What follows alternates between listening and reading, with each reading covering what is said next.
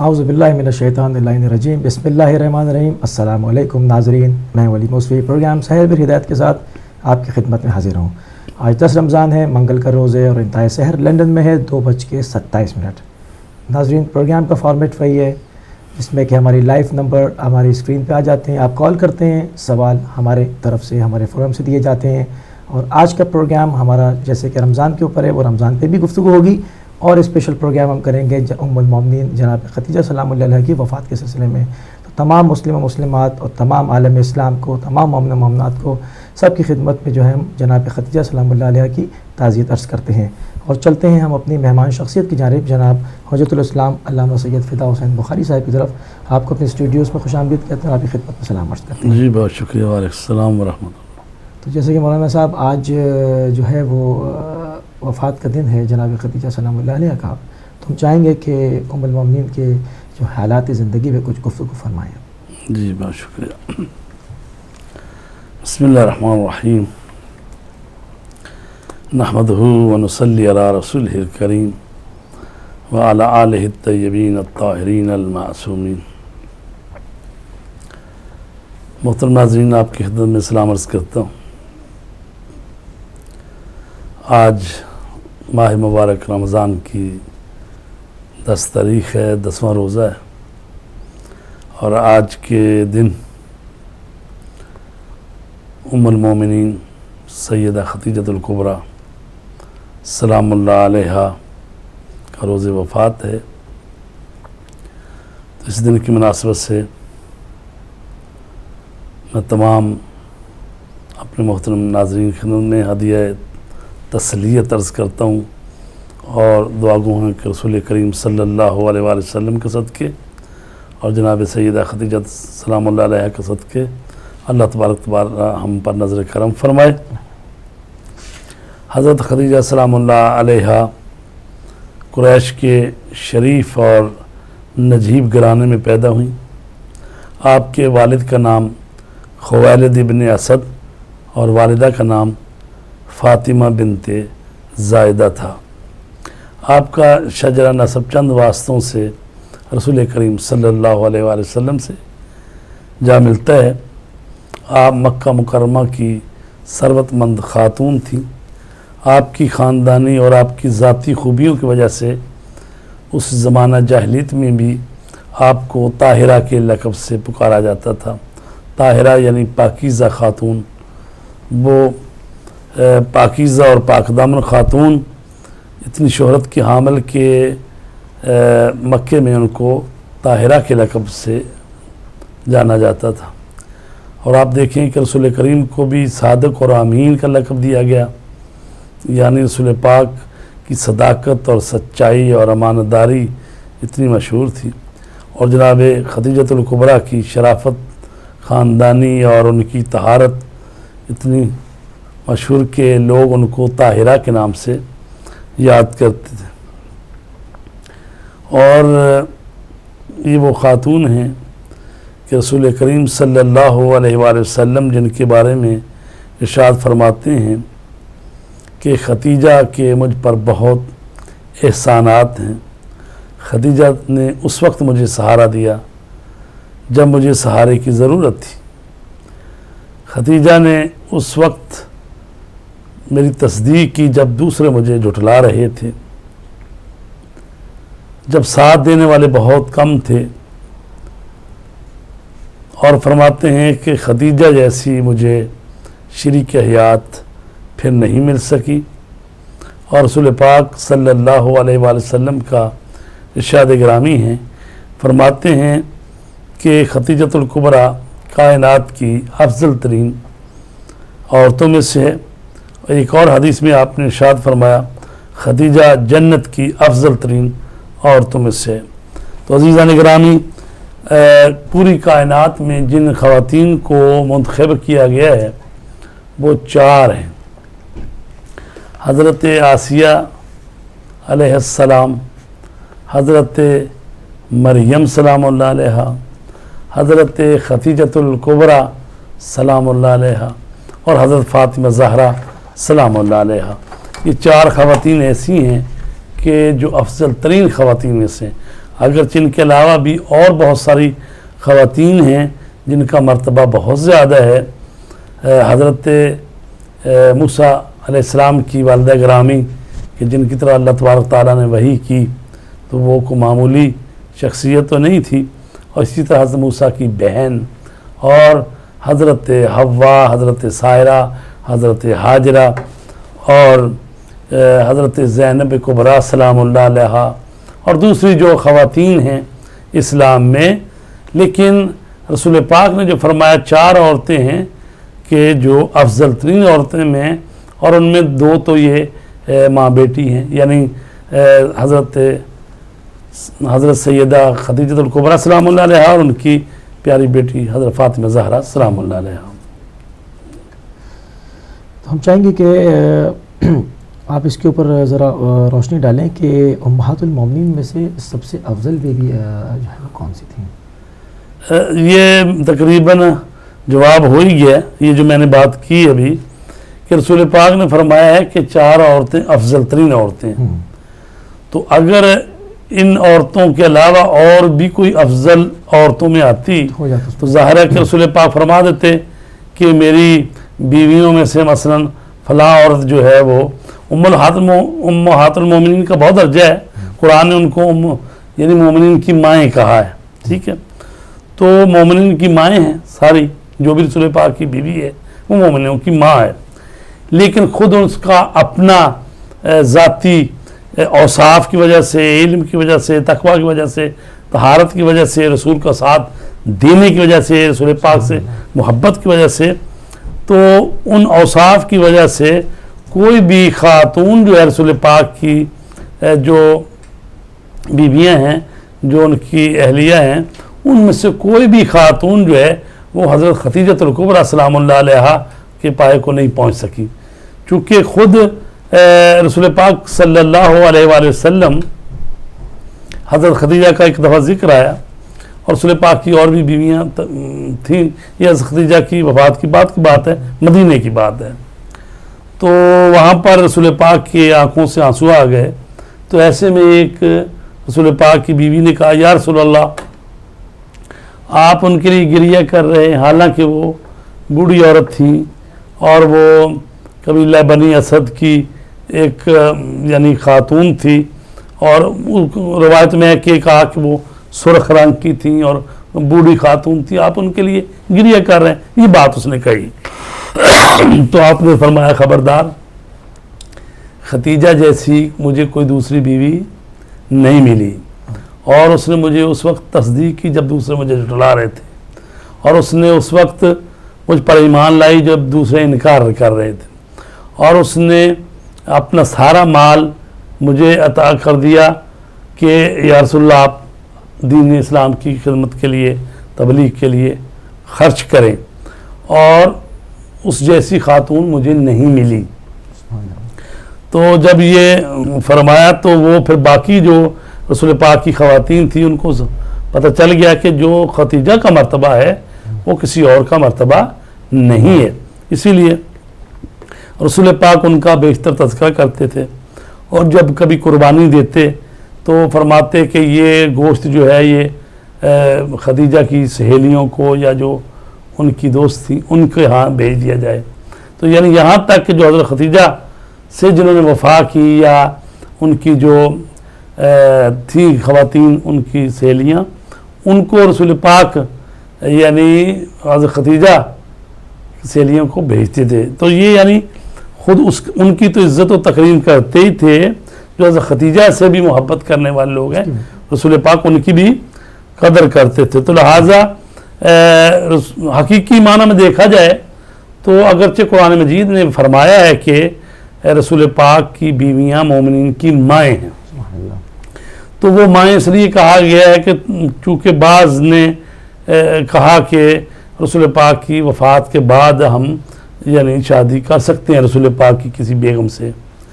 تو قرآن نے منع کر دیا، کہا خبردار وہ جو رسول کی بیویاں تمہاری مائیں ہیں، تو لہٰذا ماؤں سے شادی نہیں ہو سکتی. تو یہ صرف انہی کے لیے، ایسا نہیں ہے کہ بھئی، اور وہ یہ اعزازی عہدہ ہے کہ اعزازی بات ہے. یہ ایسا نہیں ہے کہ بھئی وہ رسول پاک کی جو اہلیہ ہے مثلاً اس کی جو بہن ہے وہ مومنین کی خالہ لگتی ہے، ایسا نہیں ہے. یا مثلاً اس ام المومنین کا کوئی بھائی ہے تو وہ مومنین کا ماموں لگتا ہے، ایسی کوئی بات نہیں ہے. ٹھیک، اگرچہ لوگوں نے یہ باتیں کی ہیں، خال المومنین اپنی جگہ بنائے ہیں، لیکن ایسا کوئی اس طرح یا اور کوئی تعظیمی بات یا لقب نہیں ہے. صرف رسول پاک کی بیویوں کے لیے، اور وہ بھی اس لیے ہے کہ یعنی رسول پاک کی بیویاں جو ہیں وہ تو مومنوں تمہاری مائیں ہیں. لیکن دیکھا جائے تو جو حقیقی ماں بنتی ہے، مانوی بھی بنتی ہے، اور واقعاً جس بیوی سے رسول پاک کو اولاد حاصل ہوئی ہے وہ حضرت خدیجۃ الکبریٰ ہے. 2 بیویاں ہیں، ایک ماریہ کا بطیہ جس سے حضرت ابراہیم علیہ السلام پیدا ہوئے تھے، وفات پا گئے 2.5 سال کے تھے بچپن میں، اور حضرت بی بی ختیجہ جو ہیں ان سے بعض کہتے ہیں 4 بیٹے، بعض کہتے ہیں وہ 2 ہی بیٹے تھے، ان کے نام ہیں. ٹوٹل کتنی اولاد کہی جاتی ہے؟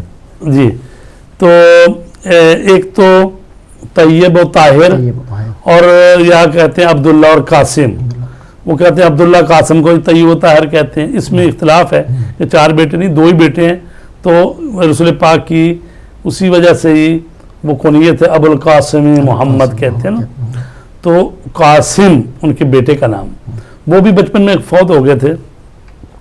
اور آپ کی ایک بیٹی ہے جناب فاطمہ زہرا سلام اللہ علیہ، اور اس میں بھی امت اسلامی میں اختلاف ہے کہ وہ کہتے ہیں کہ حضرت ختیجہ کی اور بھی بیٹیاں تھیں، حضرت رقیہ، حضرت زینب، حضرت ام کلثوم، یہ 3 بیٹیاں. وہ کہتے ہیں چوتھی حضرت فاطمہ زہرا سب سے چھوٹی تھی. لیکن ہمارے ہاں یہ کہا جاتا ہے کہ نہیں، وہ حضرت ختیجہ کی بہن کی بیٹیاں تھیں، وہ ان کی بیٹیاں نہیں تھیں، ان کے گھر میں پلی ہیں. چونکہ رسول پاک نے بیٹیاں سمجھ کے ہی پالی ہیں، وہ پروردہ بیٹیاں، ربائبہ جس کو کہتے ہیں، ربیب یعنی جو ان کے گھر آ کے پرورش پائی ہے. تو لہٰذا وہ حضرت ختیجہ کی بیٹیاں نہیں تھیں، اگرچہ وہ مشہور یہی ہے کہ رسول پاک نے چونکہ بیٹیوں کی طرح پالا ہے اور ان کی شادی بھی آپ نے کی ہے، تو پھر بیٹیوں کی طرح رخصت کیا ہے، تو لہٰذا رسول پاک کی بیٹیاں کہلائی جاتی ہیں. تو حضرت فاطمہ زہرا جو ہیں وہ حضرت خدیجۃ الکبریٰ سلام اللہ علیہ کی بیٹی ہیں جو خاتون جنت ہیں. تو آپ کی عظمتوں کا کیا کہنا کہ خود سیدہ طاہرہ ہے، اور شوہر جو ہے وہ خاتم الانبیاء ہے، سید الانبیاء ہے، افضل البشر ہے، اور بیٹی ہے وہ خاتون جنت ہے، وہ سیدۃ النساء العالمین ہے، اور آگے جو نواسے ہیں وہ سیدہ شباب اہل الجنہ ہے. آپ کا رسول کریم صلی اللہ علیہ وسلم کے ساتھ کتنا عرصہ زندگی کا گزرا ہے؟ ایسا ہے کہ جی جب شادی ہوئی ہے تو وہ جو تاریخیں بتاتی ہیں کہ رسول پاک کی عمر 25 برس تھی، 25. اور مشہور تو یہ ہے کہ حضرت خدیجہ کی عمر 40 سال تھی. لیکن جو ہمارے علماء نے تحقیق کی ہے وہ کہتے ہیں کہ ان کی عمر بھی 25 سال تھی یا 28 سال تھی. اور وہ جو کہتے ہیں 40 سال کی عمر ہے اس میں وہ کہتے ہیں کہ حضرت ختیجہ سلام اللہ علیہ جو ہیں ان کی پہلے بھی شادی ہوئی تھی اور وہ ان کا شوہر فوت ہو گئے، تو لہٰذا یہ آپ بیوہ خاتون تھی 40 سال کی، یہ مشہور ہے. لیکن جو تحقیق کی ہمارے علماء نے تو وہ کہتے ہیں کہ حضرت ختیجہ جو ہیں انہوں نے کسی اور سے شادی نہیں کی، بلکہ وہ اسی انتظار میں تھیں کہ یعنی جو ان کے شایان شان رشتہ ملے. اگرچہ بہت لوگوں نے آپ کو رشتے بھجوائے لیکن آپ نے انکار کر دیا.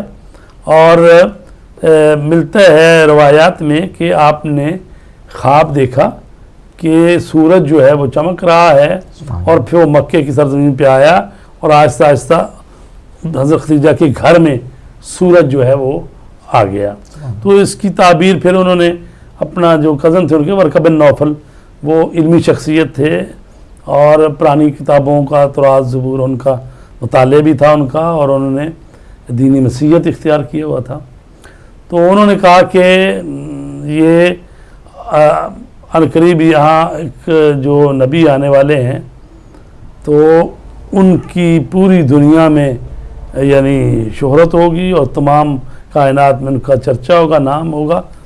تو ایسا لگتا ہے کہ آپ ان کی زوجہ قرار پائیں گی. تو اسی طرح واقعات ہیں کہ بھئی جو یہودی علماء یا اسی طرح دوسرے علماء آتے تھے تو عید کا دن تھا اور خانہ کعبہ مسجد حرام میں وہاں پر اس نے بات کی جو یہودی عالم تھا کہ یہاں اس سرزمین میں ایک آنے والا ہے آخری نبی اور وہ کیا خوش نصیب خاتون ہوگی جو اس کی اہلیہ بنے گی. تو یہ جناب خدیجۃ الکبریٰ نے بھی اوروں نے بھی سنی بات, آپ نے بھی سنی, تو یہ آپ کے دل میں بات کر گئی.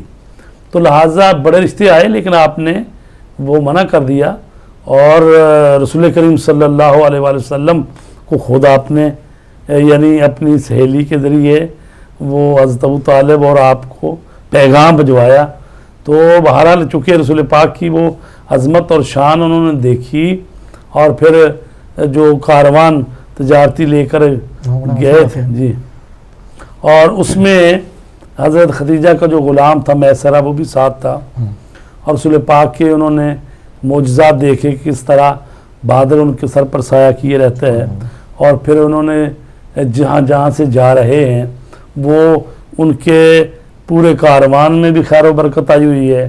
جب وہ تجارت کا مال بیچا تو اس میں بھی بہت زیادہ نفع ہوا.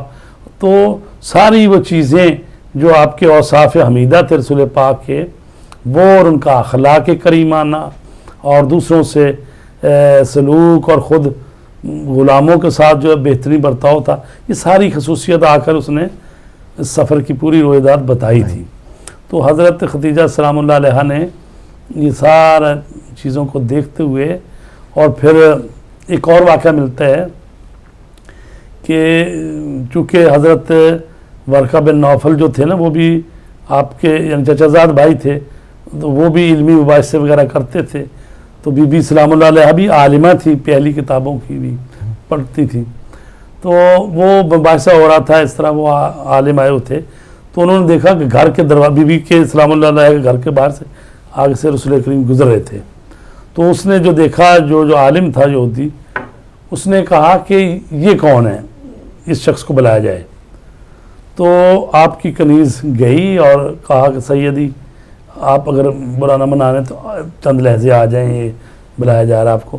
آپ تشریف لائے تو اس یہودی عالم نے جب آپ کو دیکھا تو اس نے کہا کہ آپ اگر برا نہ منائے تو آپ مجھے ذرا یہ پراہن ہٹا کے مجھے یہاں سے دکھا دیں.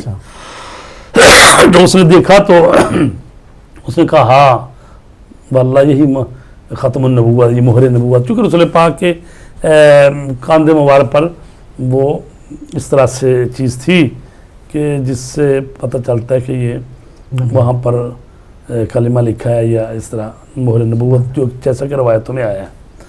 تو یہ ساری چیزیں معلوم تھیں ان کو. اور پھر رسول پاک کی جو شرافت اور کرامت اور ان کا اخلاق حسنہ اور صادق و امین اور پورے معاشرے میں رسول پاک کو ایک ایسے کریم اور بہترین انسان جو وہاں ان کا کردار تھا, تو سارے لوگ متاثر تھے ان سے. تو ایسے میں جناب خدیجۃ الکبریٰ نے پھر جب یہ دیکھا تو انہوں نے پھر پیغام بھجوایا کہ میں چاہتی ہوں آپ کی کنیزی میں آنا چاہتی ہوں. آپ کی یعنی عموماً تو ہوتا ہے کہ مرد کی طرف سے خاص سکھاری جاتی ہے, تو لیکن اس سلسلے میں یہ ہوا کہ جناب خدیجۃ الکبریٰ سلام اللہ علیہ کی طرف سے. اچھا, میں چاہوں گا کہ جہاں پر بھی آپ نے کچھ دیر پہلے جو ہے وہ ان کے مال کا تذکرہ کیا تھا جو بہت معروف ہے اور اس سے کافی اسلام کو جو ہے وہ استقامت, بلکہ اسلام پورا مطلب کہہ لے کہ پلے ہی اس میں. میں چاہوں گا کہ اس کے اوپر آپ ذرا تفصیلی جو ہے نا وہ بیان ہمارے لیے جو ہے وہ. جی ایسا ہے کہ جو ہے نا اسلام, میں پہلے کال لے لوں. جی لے لیں. ٹھیک ہے, ہم چلتے ہیں اپنے کالر کی طرف. السلام علیکم. السلام علیکم. جی کون سا آپ کہاں سے؟ جی السلام علیکم. جی جناب, میں یہ پوچھنا چاہ رہا ہوں کہ روزے کی حالت میں ہم بلڈ ٹیسٹ کرا سکتے ہیں اپنا خون؟ جی کرا سکتے ہیں. اگر میں دن میں جاؤں اور روزے کی حالت میں ہوں اور اپنا بلڈ ٹیسٹ کرا سکتا ہوں, اس کے نتیجے میں رزلٹ وغیرہ مجھے چاہیے ہونا چاہیے. جی روزے کی حالت میں آپ بلڈ ٹیسٹ کروانے کے لیے خون دے سکتے ہیں. ٹھیک ہے، بہت شکریہ. صرف کراہت ہے زیادہ خون دیا جائے، مثلا بوتل خون کی دی جائے تو کہہ رہے اگر ہیں کمزوری ہو جائے یا جس کی وجہ سے خود وہ اپنے آپ کو روزہ توڑنا پڑے نہیں وہ خود اس کے لیے کراتے، ویٹ کرنا لیکن نہیں، بلڈ ٹیسٹ کے تھوڑا سا لیتے ہیں، ہاں ٹیسٹ اس کو کروانا چاہ رہے ہوں. ٹھیک ہے، کروا دے سکتے سکتے ہیں. ہیں. ہاں جی ہاں تو ہم چلتے ہیں شہزادی کی سیرت پہ، جو کہ جی. تو بات ہو رہی تھی کہ حضرت خدیجہ سلام اللہ علیہا نے جو اسلام کے لیے خدمات سر انجام دی ہیں ان میں سے ایک یہ ہے کہ ان کا بہت زیادہ مال و ثروت تھا، تو سارے کا سارا آپ نے شادی کے بعد رسول پاک کی خدمت میں دے دیا.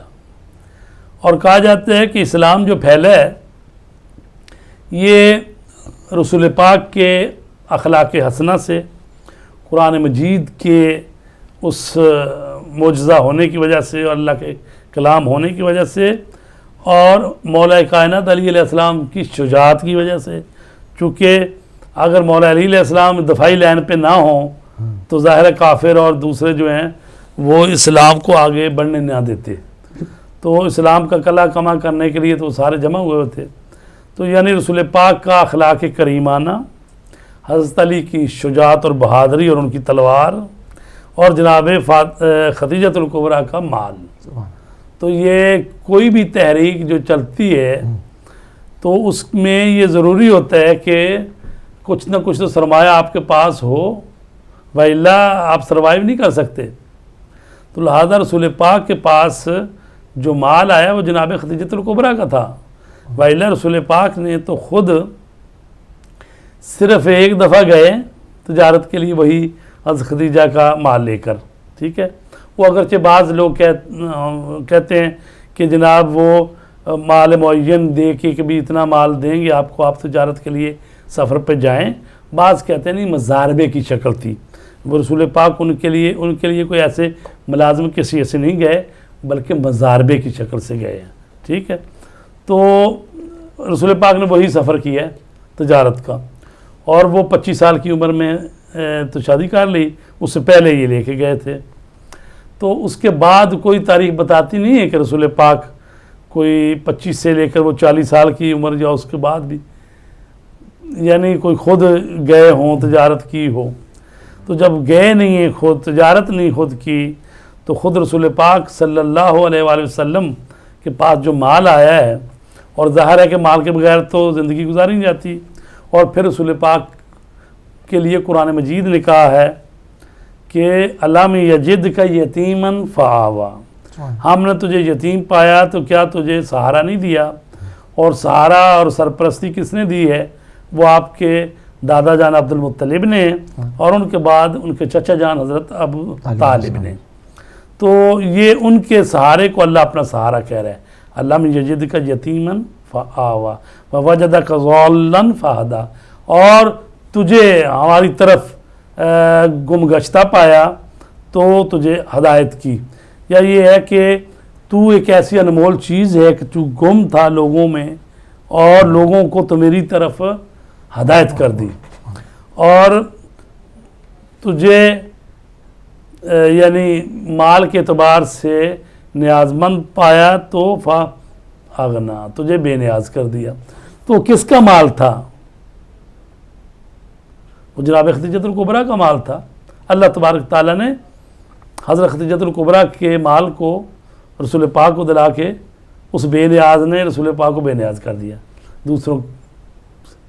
تو اب یہ جو مال ہے یہ جب رسول پاک پر خرچ ہوگا تو گویا اسلام پر خرچ ہو رہا نا، چونکہ اصل ہستی تو رسول پاک کی ہے. تو رسول پاک جو ہیں وہ اب تبلیغ پر اپنا سارا دھیان رکھیں گے. ٹھیک ہے، ان کو تجارت کرنے اور ادھر سے یعنی معاش کے سلسلے سے بے نیاز ہو گئے، وہ سارا مال تھا.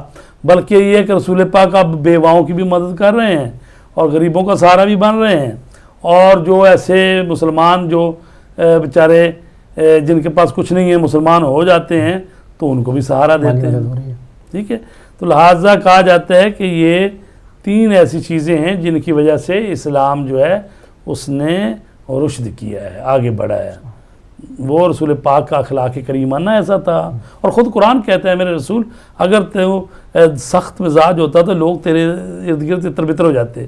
یہ تیری رحمت ہے, تیرا اخلاق کریمانہ ہے, اور تو بڑا نرم دل ہے لوگوں کے لیے, جس کی وجہ سے لوگ تیرے پاس آتے. تو چونکہ رحمت اللہ عالمین بن کر آئے ہیں ساری کائنات کے لیے, تو لہٰذا بی بی سلام اللہ علیہ کا جو مال ہے وہ اسلام کے کام آیا ہے. جب ہم کہتے ہیں رسول پاک کے کام آیا تو وہ بھی اسلام کے کام آیا ہے. رسول پاک نے لوگوں کی مدد کی ہے تو وہ بھی اسلام کے کام آیا. ایک پہلو تو ہے نہیں نا, مطلب جب بھائی کہ انہوں نے پوری اپنی جتنی مال و ثروت تھا, جتنی دولت تھی, وہ تمام بس دے دی, وقف کر دی اسلام کے لیے. جی کہ اب آپ اس کو جہاں چاہیں تصرف میں لائیں تو وہ کوئی ایک موقع تو ہوگا نہیں نا, مطلب وہ غربا کو بھی ہے. دیکھیں میں یہاں پر وہ ایک روایت ہے حضرت ابو بکر سے کہ وہ کہتے ہیں کہ ختیجہ نے جو مال عطا کیا رسول پاک کو ہبہ کر دیا سارا مال. جی کال لیں, بڑھتے ہیں اگلے کالر کی طرف. السلام علیکم. جی السلام علیکم.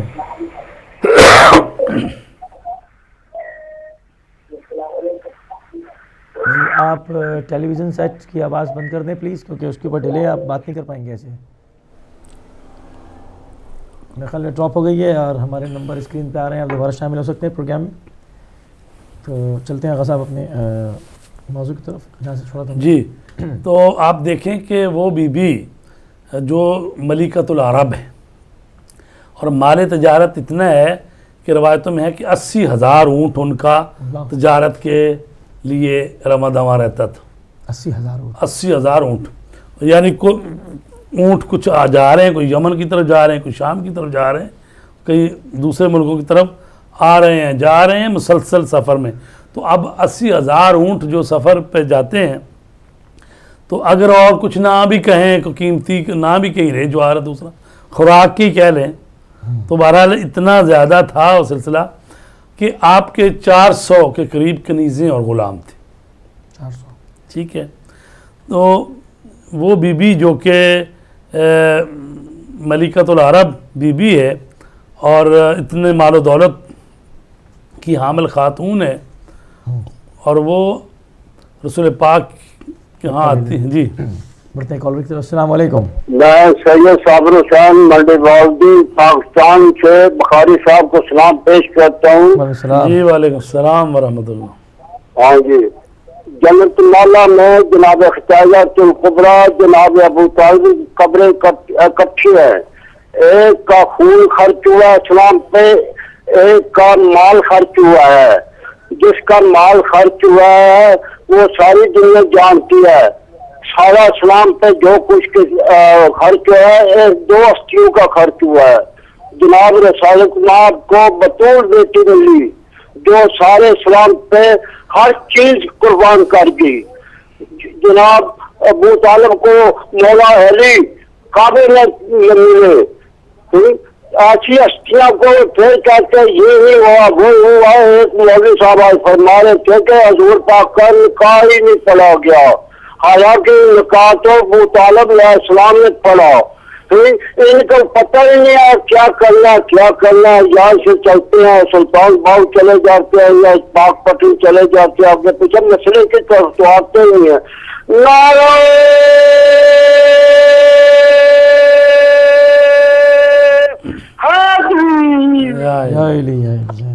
بہت شکریہ صاحب. منڈی بہاؤدین سے ہمارے ساتھ تھے, اور ہم چلیں گے دوبارہ. آپ فرما رہے تھے کہ 80,000 اونٹ اور 400 کنیزیں اور غلام تھے. جی ہاں. تو جب میں روایت بیان کر رہا تھا کہ رسول پاک صلی اللہ علیہ وآلہ وسلم نے فرمایا کہ خدیجہ جو لوگ مسلمان ہو رہے ہیں بعضوں کی حالت ایسی ہے کہ مالی حالات خراب ہیں, اور اس طرح کی بات کی جب آپ نے. آپ کی اجازت سے جی بڑھتے ہیں اگلے کالر کی طرف. السلام علیکم. وعلیکم السلام ورحمۃ اللہ وبرکاتہ. وعلیکم السلام. کون صاحب کہاں سے؟ جناب سگے خدیجۃ الکبریٰ سلام اللہ علیہ صلوات اللہ علیہ کو آپ محمد انور چودھری کہہ سکتے ہیں. جی ماشاء اللہ. ماشاء اللہ. اور گزارش ہے بس چند لمحے لوں گا، وقت زیادہ نہیں لوں گا. بخاری صاحب کو بھی سلام عرض کروں گا، مولانا صاحب کو. السلام ورحمۃ اللہ. بس اتنا ہے ام المومنین سلام اللہ علیہ صلوات اللہ علیہ کی بارگاہ اقدس میں، اس لیے کہ شہزادی کونین مخدومہ کائنات سلام اللہ علیہ صلوات اللہ علیہ کی والدہ ماجدہ بھی ہیں. تو سیدہ کونین کو راضی کرنے کے لیے حاضری پیش کر رہا ہوں کہ دنیا کی واحد خوش قسمت خاتون جن کے لیے نبی دولہا بنے، جنہیں نبی کنوارے ملے اور جن کے نبی شکر گزار ہوئے، اسے سیدہ طیبہ طاہرہ خدیجۃ الکبریٰ سلام اللہ علیہ صلوات اللہ علیہ کہا جاتا ہے. اور مخدومہ اسلام کے ساتھ اگر مخدوم اسلام کا ذکر نہ کیا جائے، میری مراد حضرت ابو طالب علیہ الصلوۃ والسلام کی، تو یہ ذکر آدھا رہ جاتا ہے. اس لیے کہ ان دو ہستیوں کی جانب نبی پاک صاحب الاولاق وجہ تخلیق کائنات صلی اللہ تعالی علیہ وآلہ وبارک وسلم نے عام الحزن کہا سال کو. تو میں نے ایک چھوٹی سی منقبت پیش کی تھی مخدومہ کی بارگاہ میں. تو بس عرض یہ ہے کہ خدیجہ طاہرہ کبریٰ نبی کی باوفا زوجہ، وفا کا ایک حسین طے کر. خدیجہ طاہرہ کبریٰ نبی کی باوفا زوجہ، وفا کا ایک حسین طے کر. رضا مصطفیٰ ان کی نظر میں ہے رضا عزت، سلام اللہ پایا آپ نے بسلسلہ احمد. اب بڑی تفصیل طلب یہ بات ہے کہ اللہ نے جب سلام بھیجا، بارگاہ مولانا صاحب سے عرض کروں گا کہ ضرور اس کو واضح کریں.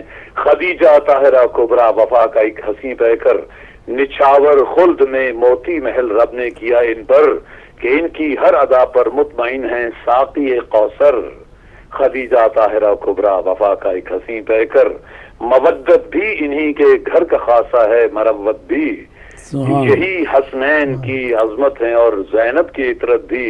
خدیجہ طاہرہ کبریٰ وفا کا ایک حسین طے کر، ہماری التجا اتنی فقط ہے مولا انور، ثنائے کریں منظور میری شافع محشر.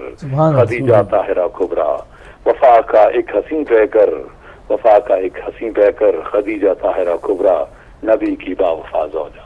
اللہم صلی اللہ علیہ وسلم. بہت بہت خوبصورت کلام ماشاءاللہ آپ شامل ہوئے ہمارے پروگرام میں چودھری صاحب. اچھا، ہم گفتگو کر رہے تھے کہ آپ نے کہ 80,000 اونٹ اور 4,000، اس کو میں چاہوں گا کہ وہ آپ کمپلیٹ کریں تو پھر ہم چلیں گے شعیب. جی، ہم نے عرض کیا کہ بی بی جو ہے سلام اللہ علیہ اتنی مالدار خاتون، اور جب آپ نے رسول پاک نے فرمایا کہ لوگ جو مسلمان ہو رہے ہیں اور ان کی حالت ایسی ہے، تو آپ نے اپنی قریضوں کو حکم دیا کہ جتنا بھی مال ہے سارا لا کے صحن میں اکٹھا کرو. تو حضرت ابو بکر روایت کرتے ہیں کہ میں ایک طرف کھڑا ہو گیا، اتنا بڑا ڈھیر لگ گیا. یہ کیا کہتے ہیں، دیناروں کا، درہمنوں کا، اشرفیوں کا. اس زمانے میں نوٹ تو نہیں ہوتے، تو یہی چیز ہوتی. تو اتنا کہتے ہیں بڑا ڈھیر لگ گیا کہ میں ایک طرف کھڑا تھا تو دوسری طرف بیٹھے ہوئے لوگ نظر نہیں آ رہے تھے. تو اس سے آپ اندازہ لگا سکتے ہیں. تو آپ نے سارا آپ کے لیے فرمایا کہ یہ آپ کنیز بھی حاضر ہے اور یہ مال بھی حاضر ہے، تو آپ اس کو اللہ کی راہ میں دیں. تو اسلام جو پھیلا ہے وہ اس میں حضرت خدیجہ کا بہت بڑا حصہ ہے. بعد میں تو لوگ کہیں اگر کہیں کسی نے کنواں لیا بھی ہے یا نہیں ہے، بہرحال فضیلتیں بن گئی کہ انہوں نے کنواں جو ہے وہ لے دیا. حالانکہ اسی وقت رسول پاک کی جو زندگی ہے اس پر غور کیا جائے تو رسول پاک جو جنگ خندق ہو رہی ہے، تو جنگ خندق سے پہلے جب خندق کھودی جا رہی ہے تو یہ 5 ہجری کی بات ہے. تو اس وقت ابھی مسلمانوں کے حالات ایسے تھے کہ صحیح طریقے سے ان کے پاس کو کھانے پینے کا بندوبست نہیں تھا، نہ کوئی صحیح زندگی تھی.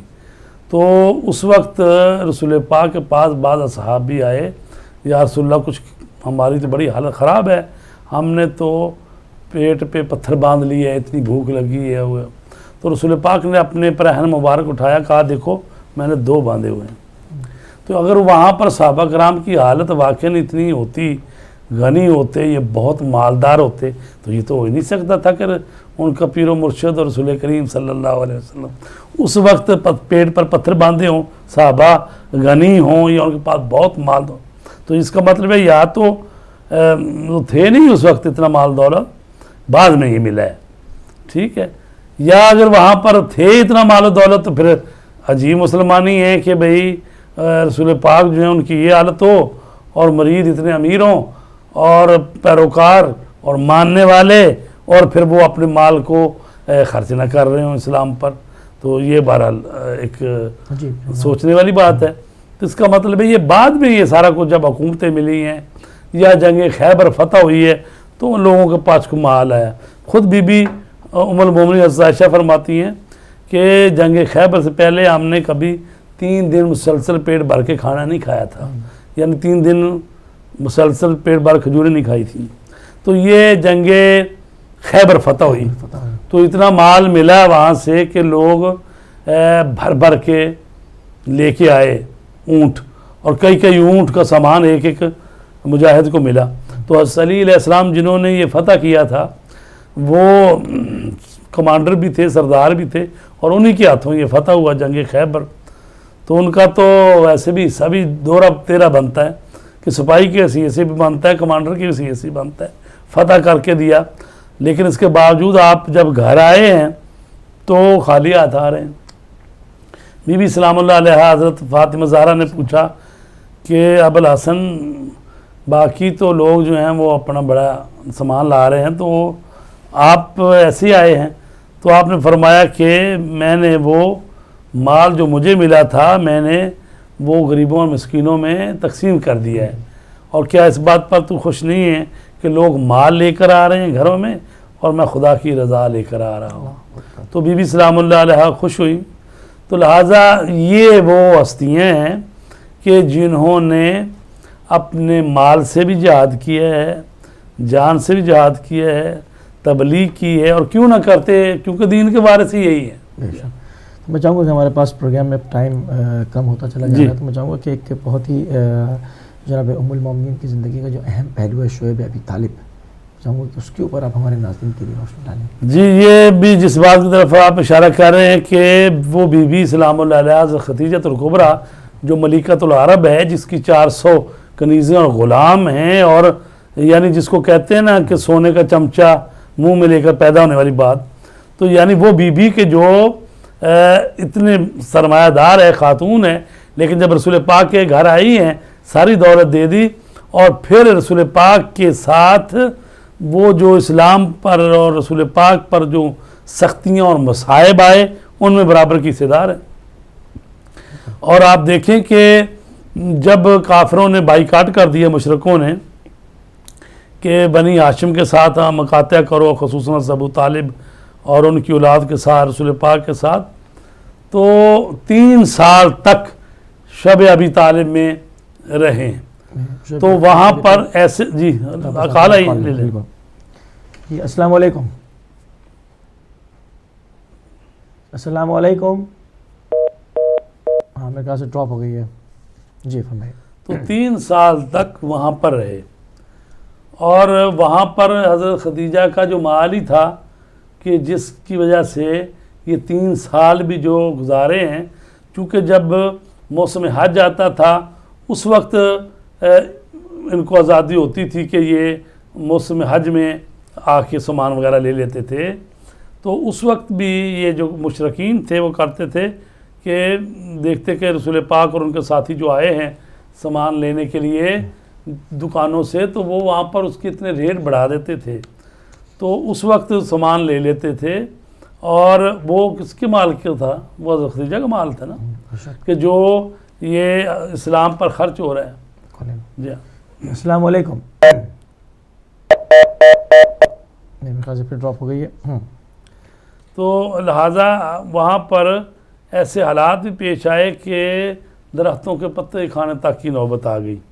تو 3 سال, اور میں بتاؤں کہ اس وقت حضرت خدیجہ کے ساتھ ساتھ حضرت فاطمہ زہرا بھی جو تھیں وہ بھی ساتھ ہی تھیں, یعنی ابھی بچپنا ہی تھا ابھی ان کا, یعنی تو چونکہ یہ 6 سال سے لے کر کو تقریباً 9 ہجری تک، یعنی ہجری نہیں بعثت تک، تو بی بی 5 میں پیدا ہوئی ہیں، تو یعنی 1.5 سال کی تھی جناب فاطمہ زہرا، وہ بھی وہاں پر تھی. ایسے حالات جو کہ جس میں ناقابل بیان حالات ہیں. جی ہاں، تو بی بی جو اتنی مالدار خاتون تھی، اتنے نوکر چاکر اور سب، لیکن اس کے باوجود جب بی بی سلام اللہ علیہ کی وفات کا وقت قریب آیا ہے تو اس وقت یہ حالت تھی کہ آپ کے پاس کفن کے لیے بھی نہیں رہا سامان، پیسے.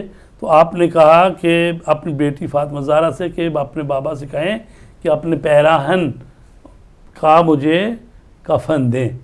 تو لہٰذا یہ دیکھیں کہ کہاں اتنی مالدار عورت، خاتون، ملکۃ العرب، اور کہاں یہ آئی بات کہ کفن کے لیے بھی ان کے پاس اس طرح سے نہیں رہا سامان.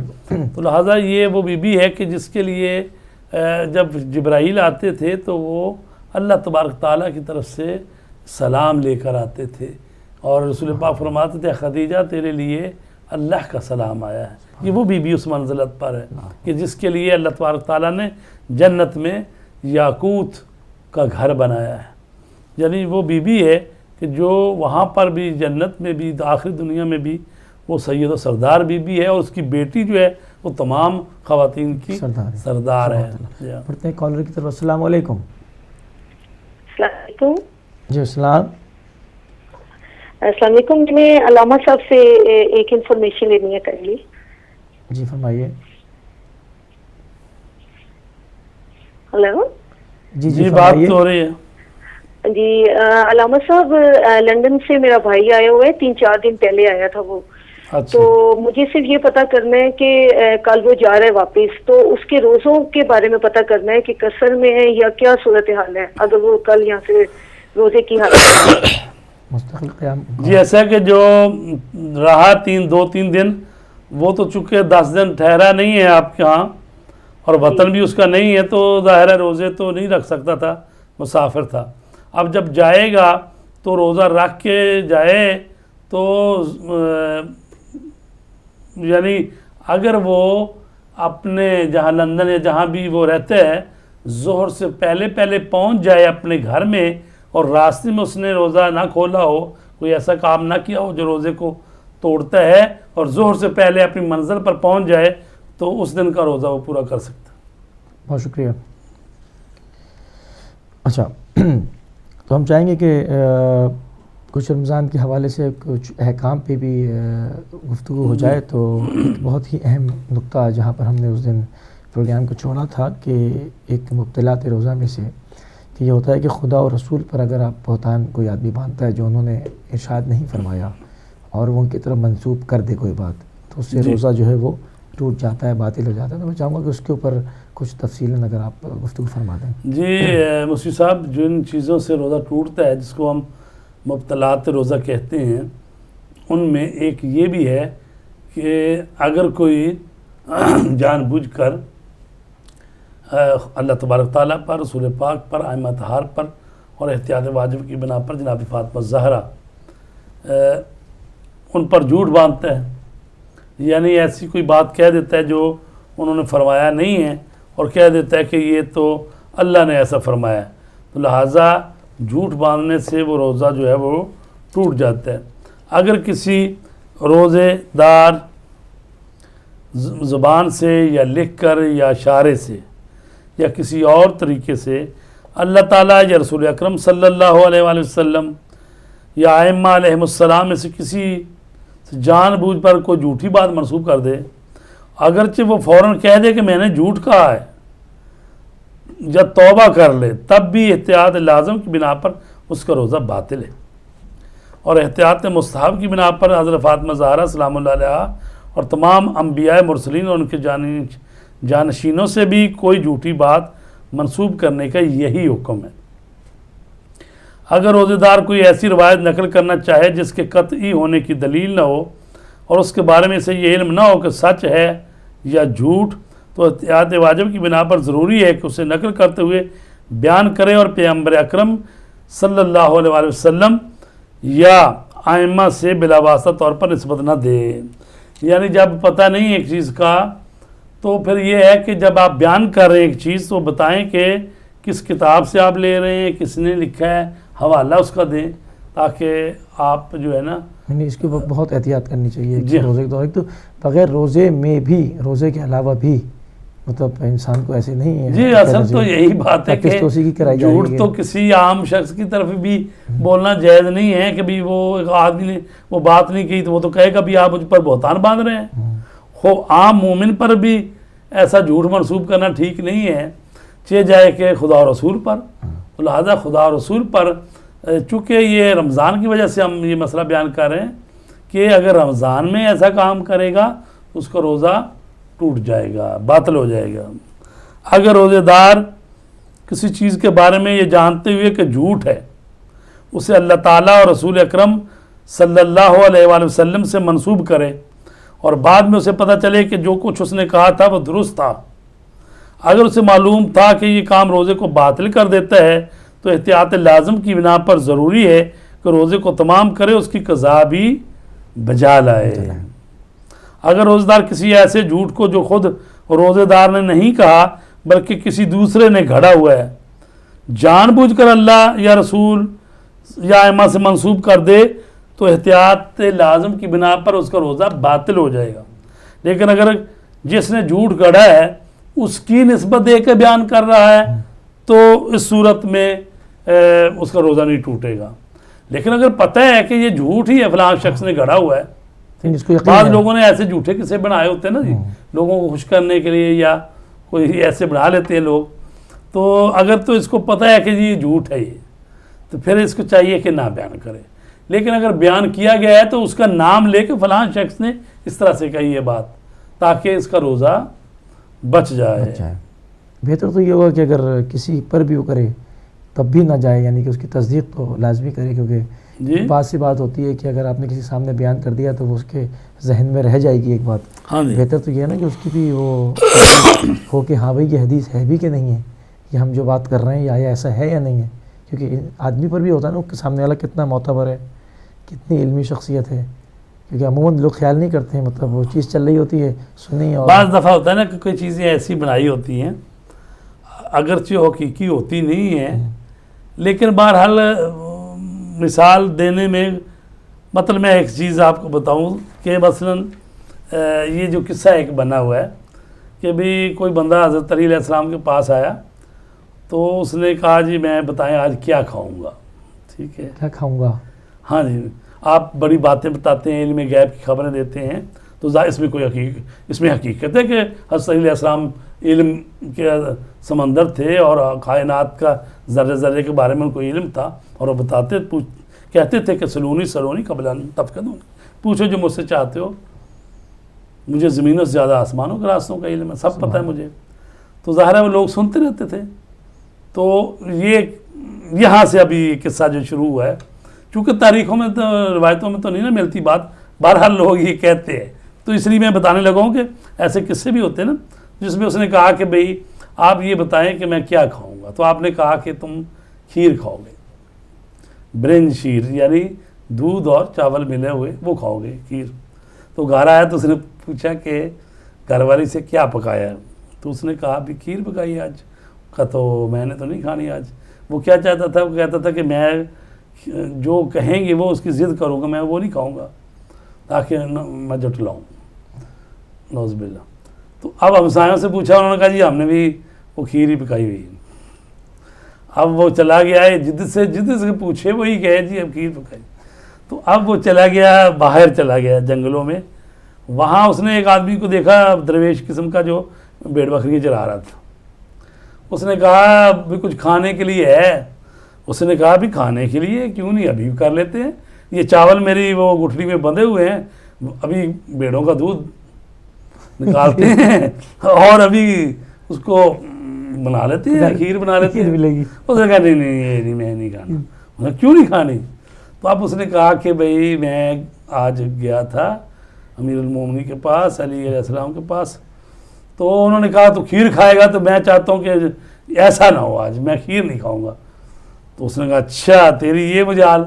وہ ماننے والا تھا تو اس نے اس کو باندھ دیا اور اس نے بکریوں کا دودھ وہ دھویا اور اس کے بعد وہ چاول سے اور آگ جلائی اور وہ ہنڈی پہ کھیر پکا لی اس نے اور اس نے زبردستی اس کے منہ میں کھیر پکائی ڈال دی. تو مطلب یہ ہے کہ اس نے کہا کہ بھئی تو کھائے ہی کھائے آج کی تو جھٹلانا چاہتا ہے. تو مطلب یہ ایسا ایک قصہ یہ بیان ہوا ہے نا. تو اب یہ اس کو روزے کی حالت میں آدمی بیان کرے, ٹھیک ہے, اور پتہ نہ ہو کہ کہاں کس کتاب میں کہاں ہے واقعی ہے بھی یا نہیں ہے. تو ظاہر ہے کہ یہ قصہ ہے, ٹھیک ہے, اگرچہ اس کا اپنے جگہ پہ فائدہ بھی ہے لیکن بہرحال اس کی کوئی روایت کو تاریخی سند وغیرہ ملتی نہیں ہے. تو اس طرح سے جو مجلس پڑھنے والے لوگ بھی ہیں, واعظ کرنے والے ہیں, روزہ رکھا ہوا ہو تو ان کو احتیاط کرنا چاہیے کہ بھئی یہ جو میں حدیث پڑھنے لگا ہوں یا واقعہ پڑھنے لگا ہوں اور اس میں کئی مرتبہ بات آئے گی بھئی امام نے کہا یا بی بی زینب نے یہ کہا, امام نے آگے سے یہ کہا تو اللہ کے وہ ایسی بات ہوتی نہیں ہے. اگر انہوں نے اتنی احتیاط علماء کرتے ہیں کہ اگر انہوں نے ایک دفعہ کہا ہے تو پھر یہ ایک ہی دفعہ کہے, یہ نہیں انہوں نے ایک دفعہ کہا ہے یہ 3 دفعہ کہنا شروع کر دیں. تو لہٰذا اتنی احتیاط ہونی چاہیے. تو روزے کی حالت میں یا تو بالکل صحیح پتہ ہو یا یہ ہے کہ اگر پتہ نہیں ہے تو جس نے بیان کی ہوئی یہ بات اس کا نام ہے, اس کتاب کا حوالہ دے کے پڑھ لے جائے تو پھر روزہ نہیں ٹوٹ جاتا ہے.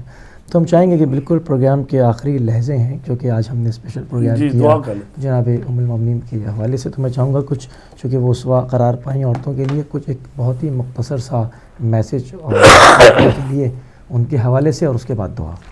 جی پھر میسج تو یہی ہے کہ اللہ تبارک تعالیٰ نے قرآن مجید میں فرمایا ہے کہ ہم نے تمہاری ازواج تمہارے ہی نفوس سے پیدا کی ہیں, یعنی تمہاری جنس سے ہی پیدا کی ہیں, لتسکنوا علیہا تاکہ تم سکون حاصل کرو, وجعل بینکم مودۃ ورحمہ اور ہم نے مودت اور رحمت قرار دی. تو اگر حقیقی مصداق دیکھا جائے تو یہ ہستیاں ہیں کہ جو واقعاً گھر میں رحمت کا باعث بنی ہیں, مودت کا باعث بنی ہیں. اور خدیجۃ الکبریٰ سلام اللہ علیہا جو ہے وہ رسول پاک کے لیے ایسی نعمت ثابت ہوئی ہیں, باعث رحمت ثابت ہوئی ہیں, ان کے لیے مودت اور محبت کا سامان کہ وہ کائنات میں ایک مثالی جوڑا ہے, یعنی حضرت رسول کریم صلی اللہ علیہ وسلم اور بی بی خدیجہ کا, اور اسی طرح امیر المومنین اور فاطمہ الزہرا سلام اللہ علیہ. تو 1-2 منٹ رہ گئے ہیں تو میں رمضان کی دعا پڑھ لیتا ہوں. بسم اللہ الرحمن الرحیم. بسم اللہ الرحمن الرحیم. اللہم ارزقنی حج بیتک الحرام فی عامی ھذا وفی کل عام ما ابقیتنی فی یسر منک وعافیت وسعت رزق ولا تخلنی من تلک المواقف الکریمہ والمشاہد الشریفہ وزیارت قبر نبیک صلواتک علیہ وآلہ وفی جمیع حوائج الدنیا والآخرہ فکن لی اللہم انی اسألک فیما تقضی وتقدر من الامر المحتوم فی لیلۃ القدر من القضاء الذی لا يرد ولا يبدل ان تكتبني من حجاج بيتك الحرام المبرور حجهم المشكور سعيهم المغفور ذنوبهم المكفر عنهم